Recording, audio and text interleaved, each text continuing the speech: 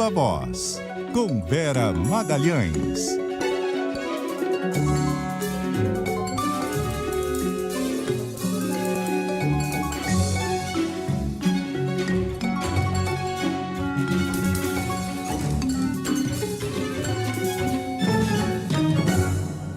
Olá, boa noite, sejam muito bem-vindos ao Viva Voz. Estamos no ar com aquela análise e os bastidores das principais informações a respeito do Brasil e do mundo. Boa noite, boa semana para você, Carol Moran. Oi, Vera, boa noite, boa semana para você, de novo para os ouvintes. Semana começando aí com novas falas a respeito de exploração de petróleo na margem equatorial e preço dos combustíveis, né? Exatamente, o presidente Lula falando a respeito do preço dos combustíveis, propondo alternativas que poderiam diminuir o valor na bomba, pelo menos de acordo com ele. E ele, o ministro das Minas e Energia e também a presidente da Petrobras, falando a respeito da questão da exploração do combustível lá na margem equatorial. Para trazer esse apanhado aí de Petrobras para a gente, dessa questão toda do petróleo que está mobilizando o governo e a Petrobras.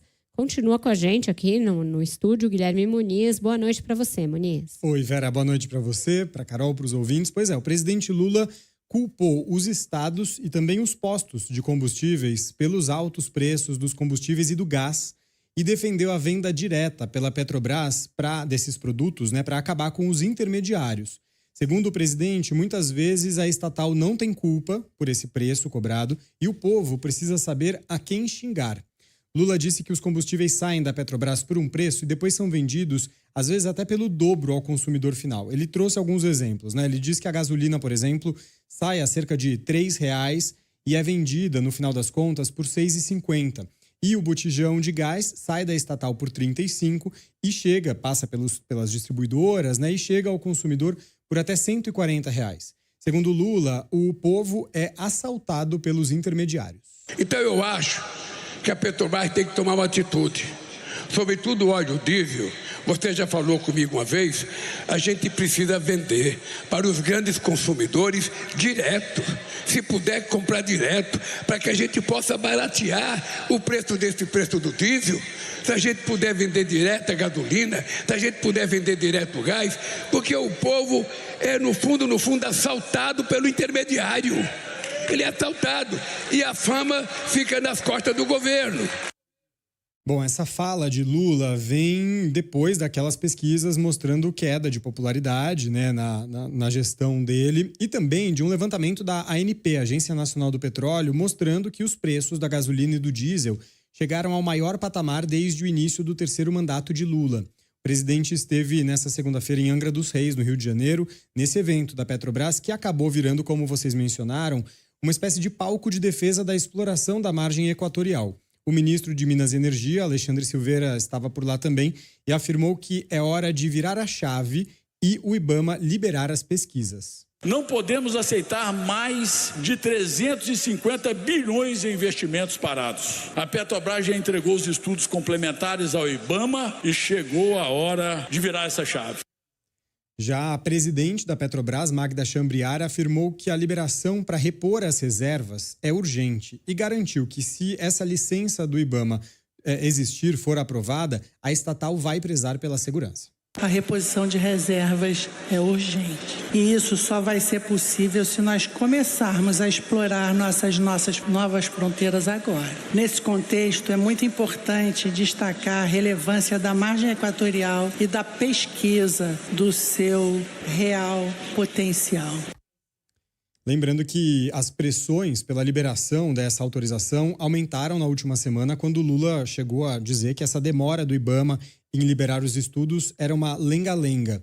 E nessa segunda, o Instituto Nacional de Energia Limpa se posicionou de forma contrária à exploração de petróleo na margem equatorial norte e afirmou que a exploração em ecossistemas sensíveis, como é a foz do Amazonas, representa riscos ambientais irreparáveis. Vera.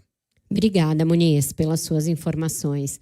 É isso, Carol, 2 problemas que têm mobilizado muito o governo. De um lado, a inflação, e ela segue aí muito acima da meta e preocupando todo mundo, a gente ainda vai falar mais disso. E de outro, essa questão do petróleo. Eu recebi muitas manifestações aí de pessoas da área a respeito disso, porque a gente tem comentado muito aqui no Viva Voz, eu escrevi a respeito disso na coluna, nessa linha que a Magda Chambriard falou, de que é viável você explorar sem atacar o meio ambiente, que está a muitos quilômetros ali realmente da Amazônia, que não teria esse risco ambiental todo, mas a verdade é que a controvérsia está colocada.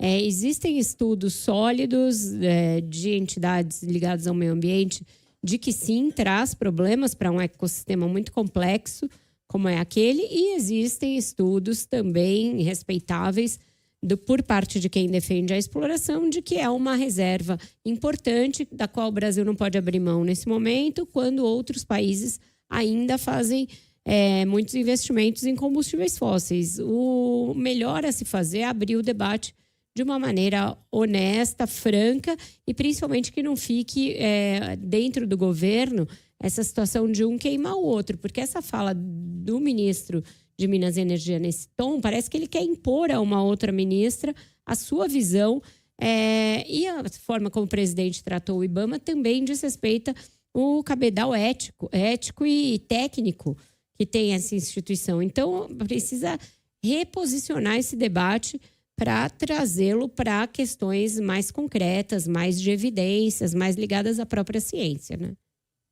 Nesse tema, como em outros, fica uma lavação de roupa suja em público, né, Vera? Em vez de decidir internamente no governo, fica claramente esse cabo de guerra ali entre duas alas do governo que têm opiniões divergentes. E sobre essa história de vender diretamente ao consumidor, também é preciso entender o que o Lula quis dizer com isso, porque o governo tinha uma distribuidora, né? A BR Distribuidora, que depois foi privatizada e virou Vibra. A Petrobras vendeu esse ativo lá no governo Michel Temer, né? Perdeu o controle, depois no governo Bolsonaro ficou totalmente privado. Vai abrir uma outra distribuidora, vai tentar reestatizar o que já foi privatizado. Então, ele lançou isso aí no ar, não ficou muito bem claro qual vai ser a medida concreta, né? Ele já tinha manifestado contrariedade quanto à decisão da Petrobras de sair das outras áreas afins à própria prospecção de petróleo, entre elas a distribuição. Então, acho que seria um desejo dele reverter essa privatização, mas já não é possível, seria ali um prejuízo a mais. Então, realmente fica faltando saber se a Petrobras vai abrir postos novos de gasolina para resolver essa questão, como é que isso ficaria. Ficam ideias ali que mais mostram que o presidente realmente está incomodado politicamente com o peso da inflação sobre a sua popularidade do que exatamente tem um plano a esse respeito, né? E por falar em inflação, ela continua também como um assunto. Hoje, diretores do Banco Central, o próprio ministro da Fazenda falou a respeito, porque a previsão do mercado segue de uma inflação bastante acima da meta. A Haddad minimizou um pouco essa desancoragem, como se diz em jargão no mercado, dizendo que ela está dentro de uma certa média da era do real. Quem traz as informações para a gente é a Ana Carolina Tomé. Boa noite, Ana. Boa noite, Vera. Boa noite aos ouvintes. O ministro da Fazenda, Fernando Haddad, afirmou nesta segunda-feira que a inflação em torno de 4% a 5% é relativamente normal para a economia brasileira desde o início do Plano Real. Haddad participou de um evento do FMI na Arábia Saudita e comentou sobre a subida dos preços e o controle dos juros exercido pelo Banco Central. Ainda segundo Haddad, a valorização recente do dólar pressionou a inflação no Brasil e que, por isso, o Banco Central adotou uma política contracionista. Ainda de acordo com o Fernando Haddad, a recente reacomodação do valor do dólar com a moeda norte-americana, perdendo um pouco de valor, pode ajudar no controle dos preços e evitar que os juros continuem a subir por aqui. Apesar disso, os indicadores do BC apontam para uma desaceleração da economia este ano. A prévia do PIB de 2024 até mostra um crescimento acumulado de 3,8% na comparação com 2023. O IBCBR do Banco Central ficou um pouco acima da projeção divulgada na semana passada pelo Ministério da Fazenda, que prevê um crescimento do PIB de 3,5% no ano passado. Só que no mês de dezembro, o índice até registrou forte queda, de 0,7% na comparação com novembro. O secretário executivo do Ministério da Fazenda, Dário Durigan afirma que os dados do Banco Central convergem às previsões da Fazenda e que em 2025 a economia deve mesmo desacelerar. Dário ainda prevê, assim, um crescimento de 2,3% este ano. Para 25, a projeção da Secretaria de Política Econômica do Ministério da Fazenda é de um crescimento de 2,3%. A gente já tem percebido uma desaceleração na economia, os dados do CAGED do fim do ano, alguns dados agora do começo do ano de janeiro e também alguns de fevereiro têm apontado para isso. Então, eu acho que é natural que a gente tenha um ano com crescimento um pouco inferior, ainda com crescimento, mas um pouco inferior ao que a gente viu nos 2 anos antes. Um dos motivos para a desaceleração na economia é a elevada taxa de juros, que está em 13,25% ao ano, mas deve chegar nas próximas reuniões do Copom a 15% ao ano. E vale destacar que o resultado oficial do PIB brasileiro de 2024 será divulgado somente em março pelo IBGE. Vera e Carol. Obrigada, Ana, pelas suas informações. Ainda não se sabe direito a quanto vai chegar a taxa de juros ao fim desse ciclo de alta do BC, mas hoje o novo diretor de política monetária, Newton Davi, fez uma das suas primeiras falas públicas, participou de uma reunião da Câmara de Comércio americana para o Brasil, e aí, nessa fala, ele admitiu que a inflação prolongada tem obrigado o BC a manter a taxa de juros do que ele chamou de uma taxa um pouquinho acima da média, um pouquinho acima do normal, foi a fala dele. Isso não esclarece até quando vai o choque de juros, se ainda por muitas reuniões, em que proporção, em que dose de percentuais, mas mostra, primeiro, que o Banco Central não compartilha dessa visão do ministro Fernando Haddad de que tudo bem, que a inflação está dentro da meta. Mesmo a fala do adjunto do Haddad, do secretário executivo Durigan, também diverge um pouco da do presidente, porque ele admite que esse ano a gente vai ter um crescimento da economia num patamar menor do que em 2023 e 2024, Carol. E o Lula está falando, já erraram uma vez, já erraram 2 vezes, vamos crescer muito. Então, para o presidente sempre tem esse afã de um Brasil que cresce muito, um crescimento, o número ali como uma coisa importante, os juros como vilões, sem compreender que o mecanismo da economia está um tanto mais complexo, que parece ter entraves um pouco mais difíceis de desatar do que simplesmente no gogó dizer que o BC tem que baixar a taxa, que o crescimento vai ser alto, que todo mundo torce contra o Brasil e esse tipo de platitude, né, Carol?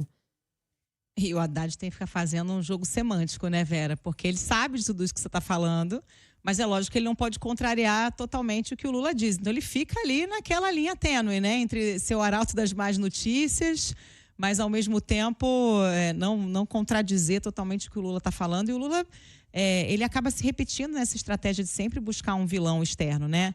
No caso da margem equatorial, ele atacou o IBAMA, agora no caso dos combustíveis, ele ataca as distribuidoras. Em diferentes problemas, ele está adotando essa mesma estratégia, mas ele é o presidente, né? Temos um governo para governar e dar conta de resolver esses problemas. Exatamente. Ele é muito premido por essa questão das pesquisas. A gente comentou na sexta-feira a pesquisa Datafolha, que foi a pior de todas para o governo até agora. O fim de semana foi pródigo aí em muitas conversas a esse respeito. E a semana deve ser pautada também por esse assunto. O novo secretário de comunicação do governo, o marqueteiro do Lula, Sidônio Palmeira, tem nessa semana uma série de conversas com a área de comunicação dos diferentes ministérios. Eles estão aí num esforço para tentar unificar a linguagem, unificar as estratégias, centralizar um pouco essa comunicação do governo na figura do ministro. Não é algo simples, a gente sabe que hoje em dia cada ministério é uma espécie de um feudo que trabalha não só para o governo como um todo, mas também para a figura do seu ministro. E lá no Estado, muitos ministros são também políticos, então é um esforço que ele vai fazer para que isso também reverta em uma melhora de imagem para o governo. Quem traz as informações a respeito de como estão as conversas nesse sentido e o que o governo espera é o Igor Cardim, direto de Brasília. Boa noite, Igor. Oi, Vera, muito boa noite para você, para Carol, também para os nossos ouvintes. Pois é, Vera, o governo sentiu essa divulgação do menor índice de aprovação do governo Lula, apontado pela pesquisa Datafolha. O ministro da Secretaria de Comunicação Social, Sidônio Palmeira, vai fazer essas rodadas de reuniões com os chefes e também os coordenadores das assessorias de comunicação dos ministérios. A estratégia é tentar uniformizar e convergir os planos de divulgação e publicidade das ações adotadas por cada pasta. A medida foi adotada após essa queda de 11 pontos percentuais na avaliação do presidente Lula. O governo foi apontado por 24% como ótimo ou bom, o pior resultado entre os 3 mandatos do presidente. E aí, segundo integrantes do governo que devem participar dessas reuniões, o Sidônio vai receber esses assessores ao longo dos próximos dias. Nesta terça, por exemplo, a expectativa é de que integrantes do Ministério da Previdência Social e também chefes de outras secretarias de comunicação, de ministérios como o Desenvolvimento Social e dos Direitos Humanos sejam ouvidos já nos próximos dias. Entre outros pontos, o ministro quer entender o trabalho que está sendo feito nos ministérios, entender as marcas que os ministérios estão trabalhando para poder ajudar na aprovação do governo federal e alinhar as campanhas que devem ser divulgadas por cada pasta, para não acontecer aquele entroncamento, uma semana de agendas positivas, muitas entregas e na outra, por exemplo, uma semana sem pautas. Ainda não se sabe se essas conversas serão periódicas ou se tornarão rotina ali na comunicação do governo dentro do Palácio do Planalto. Desde que assumiu o ministério, em janeiro, Sidônio já havia dito que queria uma convergência na comunicação do governo, sendo assim, tudo o que seria anunciado dali em diante deveria passar pelo gabinete dele e também do presidente Lula para ser avaliado antes de ser divulgado. Isso já acontecia ali com alguns ministérios mais próximos a Sidônio, ali como, por exemplo, o Ministério da Fazenda. E aí, por esse motivo, o Sidônio tem se reunido diariamente de manhã com o presidente Lula para traçar essas metas da publicidade institucional, agora então trazendo os elementos de cada ministério, essas reuniões que devem acontecer ao longo dos próximos dias, em que o Sidônio está dando aí os direcionamentos das campanhas dos próprios ministérios do governo Lula. Vera. Obrigada, Igor, pelas suas informações. Pois é, Carol, essa questão da queda do Lula nas pesquisas, outra pesquisa que mostra aí que a maioria dos eleitores tem uma opinião de que o presidente não deveria disputar um novo mandato, tudo isso está gerando uma movimentação também entre aliados do presidente. Hoje ficou bastante comentado, foi muito comentado ao longo do dia, o fato de que o advogado criminalista Antônio Carlos Almeida Castro, Cacai, que é muito próximo ao presidente Lula, muito próximo a muitos políticos, inclusive políticos petistas, foi um opositor ao governo Bolsonaro, defensor da eleição do Lula, enviou uma carta a um grupo de políticos, entre eles vários ministros do presidente, pontuando ali, apontando uma série de problemas desse terceiro mandato que o estariam afastando da política. Lembrando o estilo de política que o Lula fazia nos seus 2 primeiros mandatos, o fato de que ele elegeu a Dilma e elegeria qualquer um em 2010, dada a sua grande popularidade, e os problemas de agora, o fato dele estar isolado, sem fazer política e sem ouvir aqueles que ele sempre ouviu. Ele chega a citar o José Dirceu, etc. E aí ele disse que o Lula estaria se esforçando para perder as eleições. Que nessa situação, com o crescimento da direita no mundo e também no Brasil, estaria se formando um cenário para ele perder as eleições, que muita gente não consegue falar com ele. Tem aí subjacente uma certa crítica à primeira-dama, Rosângela Lula da Silva, Janja, porque fica claro que quando ele fala que as pessoas não têm acesso, ele está fazendo coro a uma crítica à primeira-dama, que é muito frequente nesses círculos antigamente mais próximos do Lula, mas tem também um alerta aí importante de um certo isolamento político, com o qual muita gente concorda. Não sei se o Lula está entendendo esses recados de que ele precisaria se empenhar mais diretamente na política, e também não sei se hoje em dia isso faria tanta diferença como já fez. porque o mundo mudou muito, o presidente está num outro momento da vida dele, talvez sem tanta paciência para esse dia a dia da política como ele tinha, e muitas vezes quando ele fala, ele produz ruídos que agravam a situação, o que talvez mostre que a forma de fazer essa comunicação mudou, ou que existe um certo mau humor, que o Felipe Nunes da Quest pontuou bem, que as pessoas não têm mais gratidão aos políticos pelas conquistas sociais e pelas políticas públicas. Elas acham que isso já é um dado de realidade e nem sempre pautam a sua avaliação dos governos ou mesmo seu voto por uma certa gratidão pelo que já ficou. Então, parece ser um mundo muito complexo, um cenário complexo, para entender que comunicação é essa que seria eficiente a ponto de conseguir virar esse jogo. E é preciso entender se o Lula vai querer concorrer à reeleição, né, Vera? Porque, assim, o cheiro de sangue está na água, né? Com essa queda de popularidade, a oposição, claro, vai se aproveitar disso, mas gera essa angústia dentro da própria base do presidente. Ele vai concorrer à reeleição? E se não for, quem será esse sucessor? É um problema já de décadas. Não há uma sucessão clara para o Lula. E é fato que vem numa sequência aí de manchetes negativas, né, Vera? Desde lá do corte de gastos juntos com isenção de imposto de renda, o dólar bateu R$6, aí teve a crise do Pix, aí aquela fala sobre o preço dos alimentos, aquela história do boné também, que acabou virando chacota da oposição. Então, o momento é complexo, né? Momento complexo, e as mudanças feitas até aqui não parecem ter sido bem-sucedidas para tentar estancar essa sangria e fazer com que a situação melhore. A gente vai fazer um breve intervalo, você fica com o noticiário da sua região, depois o repórter CBN, o Viva Voz, volta já já. E o Viva Voz está de volta com um tema que promete também mobilizar as atenções a semana toda, porque ficou para essa semana, existia uma expectativa que saísse na semana passada, mas não aconteceu, a denúncia, ou as denúncias que o Procurador-Geral da República, Paulo Gonet, prepara a respeito dos casos envolvendo o ex-presidente Jair Bolsonaro. Hoje, o presidente do Supremo Tribunal Federal, Luiz Roberto Barroso, participou de uma palestra para estudantes em Campinas. E ele foi questionado a esse respeito. Quem traz as informações para a gente é o nosso repórter em Campinas, Lucas Neri. Boa noite, Lucas.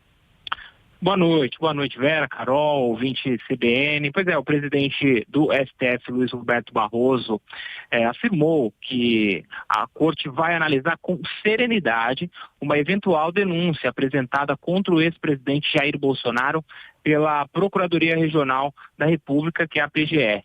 A investigação sobre uma suposta tentativa de golpe de Estado está nas mãos agora do Procurador-Geral da República, Paulo Gonet, desde o fim de novembro. E assim como você mesmo disse, tem essa expectativa. O presidente do STF acabou reconhecendo e disse que há uma dimensão política no caso, mas disse que isso não deve ser levado em conta pelos ministros. Ele disse isso durante uma visita que fez a Campinas, aqui no interior de São Paulo. Vamos ouvi-lo. Se o Procurador-Geral da República vier a oferecer denúncia contra quem quer que seja, o Supremo vai apreciá-la como deve apreciar tudo na vida, com seriedade, examinando as provas. Processo penal, sobretudo, é prova. Se tem prova, você decide num sentido, se não tem prova, você decide no outro. É claro que há uma dimensão política em certos assuntos, mas a minha visão na vida e meus quase 12 anos no tribunal tá certo, tá errado, tá errado. Portanto, a minha visão do direito em geral não é uma visão politizada, é uma visão fundada na integridade e no que é certo, justo e legítimo. E é isso que eu acho que o tribunal deve fazer. Ele falou a respeito de serenidade, mas, por outro lado, integrantes do mundo político e também do jurídico aguardam com bastante ansiedade essa manifestação de Gonet. A expectativa é de que ele apresente uma denúncia fatiada, focando em um primeiro momento na cúpula do grupo que supostamente teria planejado esse golpe para evitar a posse do presidente Lula em 2022. Além do ex-presidente, a trama golpista também envolve nomes como o general Walter Braga Neto, que foi candidato a vice de Bolsonaro. Ao todo, a Polícia Federal indiciou 40 pessoas. No STF, o caso é relatado pelo ministro Alexandre de Moraes e deve ser analisado pela primeira turma, que é formada por 5 de 11 ministros. Após a apresentação da denúncia, o caminho mais provável é de que Moraes abra um prazo de 15 dias para advogados dos denunciados apresentarem defesa prévia e eventuais contestações. Se houver contestações, o trecho da denúncia, o relator abre vista para a PGR responder os questionamentos. O órgão, então, tem 5 dias para se manifestar. Após o caso retornar ao STF, o relator pode libertar a denúncia para análise do colegiado, que vai decidir se transforma os denunciados em réus ou não. Se a denúncia for aceita pela primeira turma, é aberta, então, uma ação penal e começa a fase contraditória, que é a coleta de provas e de depoimentos de testemunhas de defesa e acusação. Volto com vocês aí. Obrigado, Lucas Neri, diretamente de Campinas. Agora a gente vai a Brasília, Vera, falar sobre segurança pública, porque aquela PEC da segurança apresentada pelo Ministério da Justiça ainda não avançou no Congresso, enfrentou muita resistência por parte dos governadores, e agora a oposição, os senadores da oposição, apresentaram uma outra proposta de PEC que vai justamente no sentido contrário, de ampliar a autonomia dos estados. Quem tem os detalhes é a Samantha Klein. Conta pra gente, Samantha. Pois é, Carol, essa proposta, inclusive, já obteve as 27 assinaturas necessárias e já está protocolada aqui no Senado. É uma proposta da oposição que bate de frente, frontalmente com a PEC da segurança do Ministério da Justiça. O senador Messias de Jesus é o autor. Essa matéria, que conta com assinaturas de senadores da oposição e de partidos do Centrão, incluindo o PSD, assegura a autonomia dos estados para adaptar as diretrizes nacionais para as realidades locais. O texto da PEC também determina como competência exclusiva do Legislativo a criação de normas gerais para a segurança pública. O senador Messias de Jesus critica a suposta intenção do governo federal em controlar as polícias militares, ainda que a PEC não faça essa referência em torno de controle das forças policiais nos estados. Hoje, o governo do presidente Lula quer ter o controle sobre todas as polícias do país.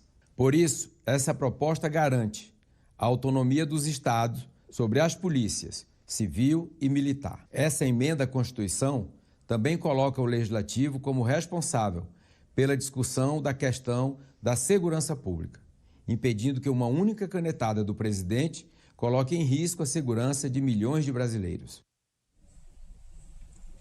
A PEC da segurança pública do Ministério da Justiça também tem sido alvo de críticas de alguns governadores, a exemplo de Ronaldo Caiado, do estado do Goiás, também do governador do Rio de Janeiro, Cláudio Castro.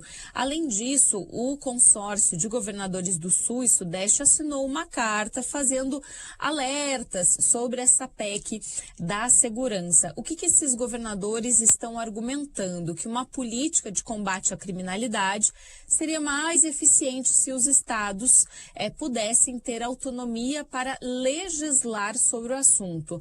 Já o ministro da Justiça, Ricardo Lewandowski, tem dito que os governadores que estão contrários, se manifestando contra a PEC da segurança, estão militando contra os princípios federativos.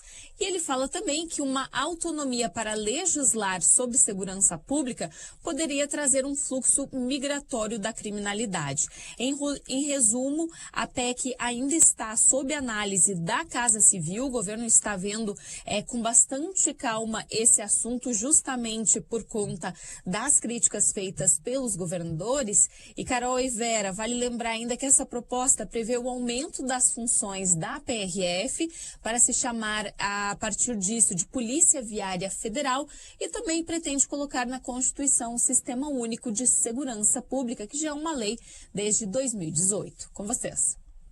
Obrigada, Samantha, pelas suas informações. Ficamos por aqui por hoje, Carol? Ficamos, Vera. Amanhã tem mais. Um beijo para você. Beijo, um ótimo fim de noite para vocês e até amanhã.